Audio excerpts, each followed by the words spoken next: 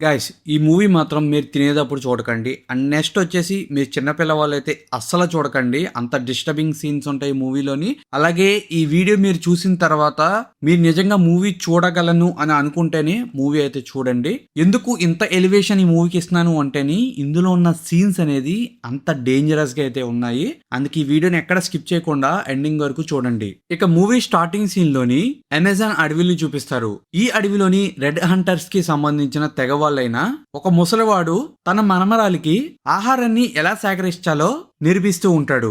అప్పుడే ఆ ప్లేస్ లోని గ్రీన్ డ్రెస్ వేసుకున్న కొంతమంది అడవిలో ఉన్న చెట్లన్నిటిని పడగొడుతూ ఉంటారు. అది ఈ రెడ్ హంటర్స్ చూస్తారు. ఇక్కడతోని సీన్ కట్ అవుతుంది. నెక్స్ట్ మనకి అమెరికాలో ఉన్న ఒక యూనివర్సిటీలోని ప్రొఫెసరు ఈ ప్రపంచంలోని ఎప్పటి నుంచో ఉన్న కొన్ని ప్రాబ్లమ్స్ గురించి చెప్తూ ఉంటుంది.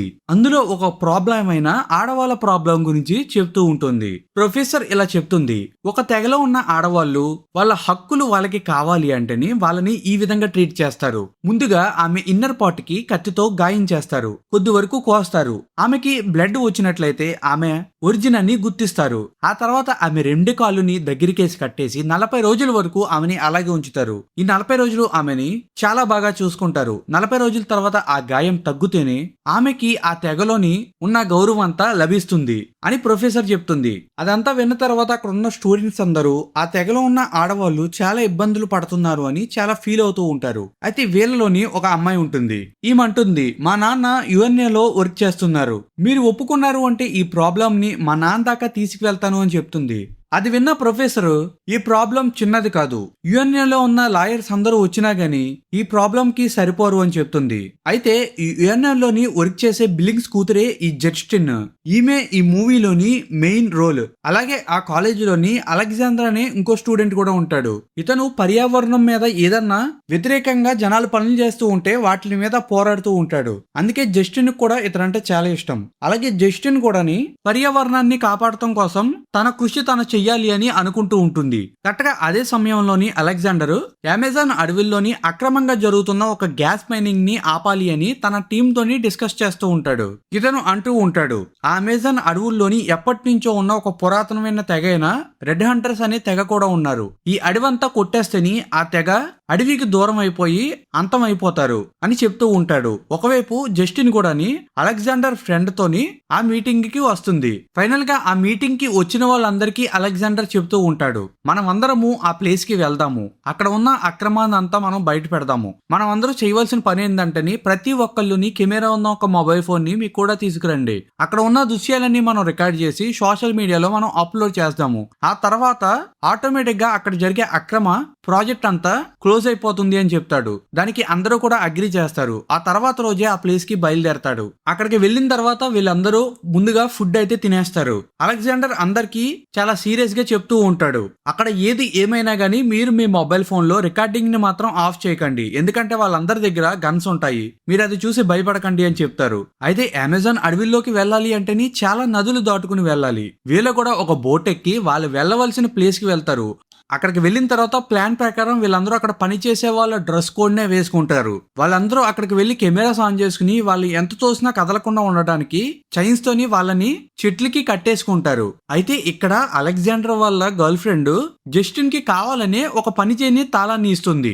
దాని వలన అక్కడ వీడియో రికార్డ్ చేస్తూ ఉండగాని జస్టిన్ గార్డ్స్ కి దొరికేస్తుంది. గార్డ్స్ జస్టిన్ తలపైన గన్ను పెట్టి మీ అందరికి నుంచి వెళ్ళకపోతే ఈ అమ్మాయి నేను చంపేస్తాను అని అంటూ ఉంటాడు. అక్కడ ఉన్న వాళ్ళందరూ భయపడుతూ ఉంటారు గాని అలెగ్జాండర్ మాత్రం భయపడకుండా చంపేస్తే చంపేయండి, తను యుఎన్ఏ లాయర్ కూతురు, తనకి ఏదైనా జరిగితేని యుఎన్ఏ అంతా మీ మీదకి వస్తారు అని అలెగ్జాండర్ అంటూ ఉంటారు.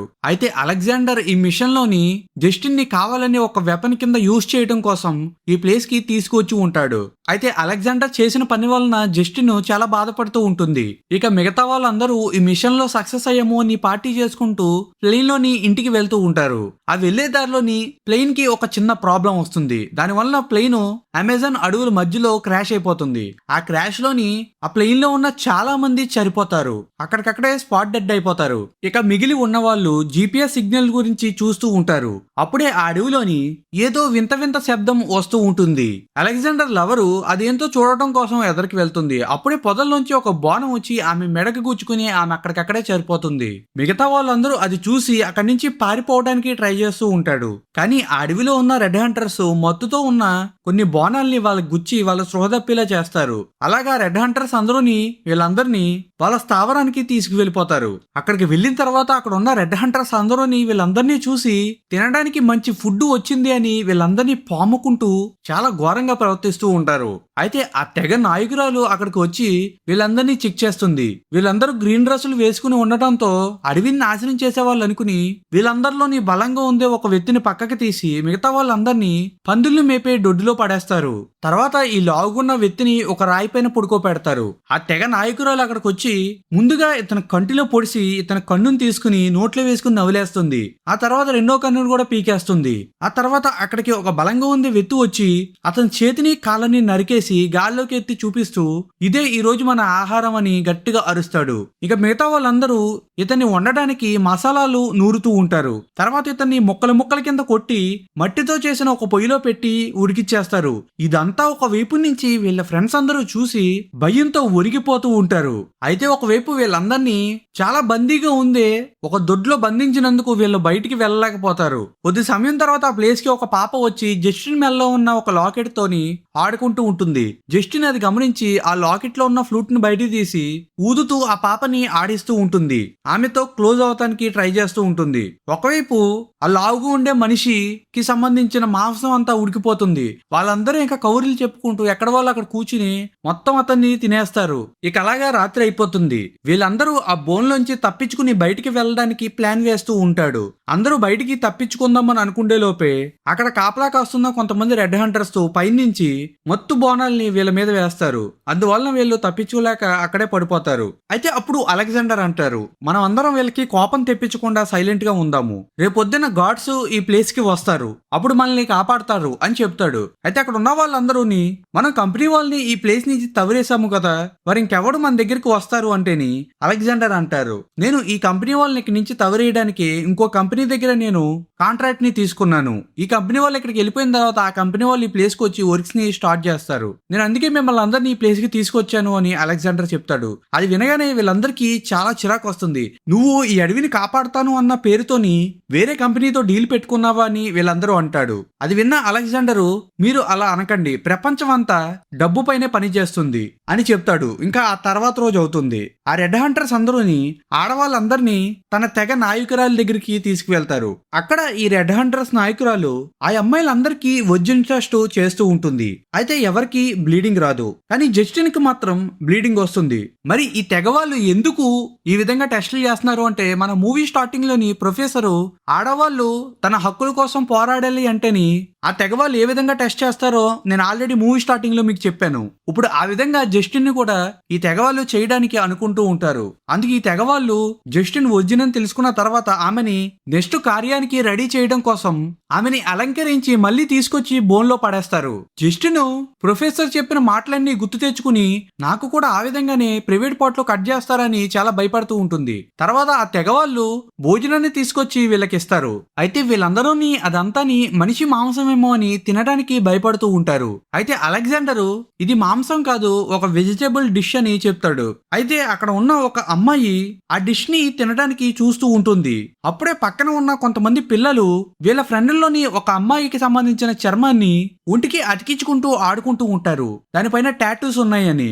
అయితే ఈమె ప్లేట్ లో ఉన్న డిష్ లో కూడాని ఆ అమ్మాయికి సంబంధించిన కొంత చర్మం కూడా కనిపిస్తుంది. అది చూసి ఈమె విసిగిపోతుంది. ఆ ప్లేట్ ని పగలకొట్టి గొంతు కోసుకుని ఈ బాధని అనుభవించలేను అని చనిపోతుంది. అక్కడ ఉన్న ఈ అమ్మాయికి సంబంధించిన ఫ్రెండ్స్ అందరూ చాలా బాధపడుతూ ఉంటే, ఒకవైపు అలెగ్జాండర్ మాత్రం సరిపోతే సరిపోయిందిలే, మనం ఇంకొక రోజు బతకడానికి ఛాన్స్ వచ్చింది అని చాలా షీప్ గా మాట్లాడుతూ ఉంటాడు. ఇక ఆ తర్వాత రోజు ఇంకొకరిని చంపడానికి ఆ తెగలో ఉన్న ఒక వ్యక్తి లోపలికి వస్తాడు. అయితే ముందుగానే ఆ అమ్మాయి చనిపోయి ఉండటం చూసి వీడు చాలా విసిగిపోతాడు. అయినా గాని ఆ మాంసాన్ని వేస్ట్ చేయకూడదు అని ఆ అమ్మాయి బాడీని అక్కడి నుంచి తీసుకువెళ్ళిపోతాడు. అయితే ఇక్కడే మనకి ఒక విషయం తెలుస్తుంది.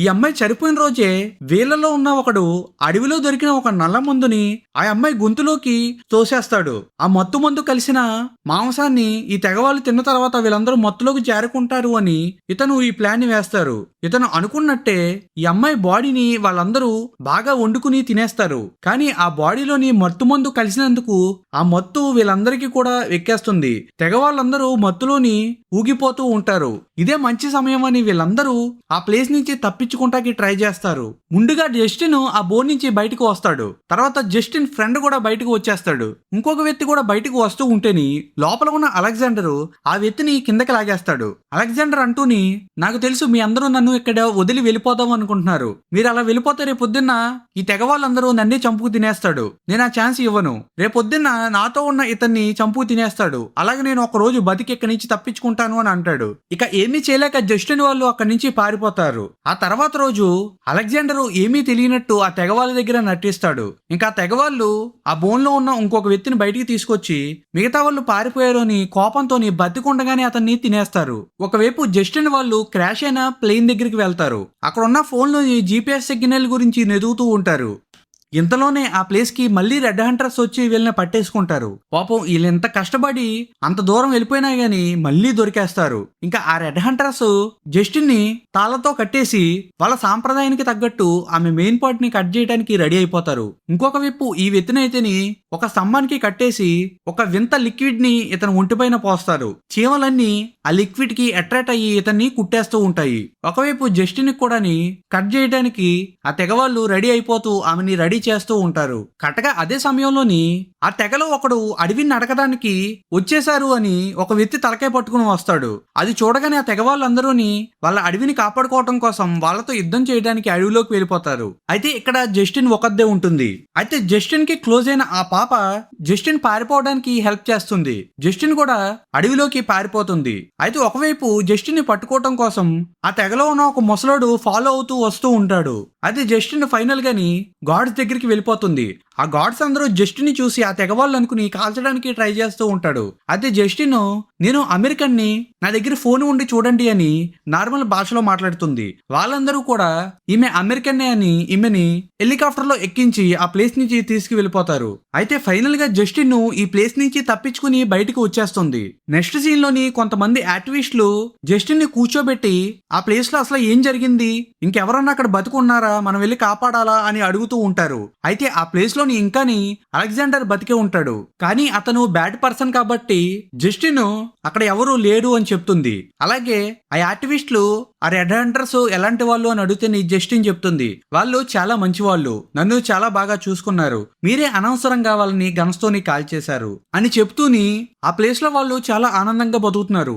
ఆ ప్లేస్ ని మనం ఏమీ చేయకుండా అలా వదిలేస్తేనే మంచిది అని అంటుంది. అయితే నిజానికి ఈ రెడ్ హంటర్స్ కూడా స్టార్టింగ్ లో వీళ్ళు దొరికినప్పుడు వీళ్ళ గ్రీన్ కలర్ డ్రెస్సులు వేసుకున్నందుకు అడవిని నాశనం చేసేవాళ్ళు అనుకుని వీళ్ళ పైన ఈ విధంగా ప్రవర్తించు ఉంటారు. అయితే ఇంకా మూవీ లాస్ట్ లోని జస్టిన్ ఇంకా ఆ సిచ్యువేషన్స్ లోని బయటికి రాలేక నిద్ర కూడా పట్టక చాలా ఇబ్బంది పడుతూ ఉండటాన్ని చూపిస్తారు. కరెక్ట్గా అదే సమయంలోని అలెగ్జాండర్ చెల్లి జస్టిన్ కి కాల్ చేస్తుంది.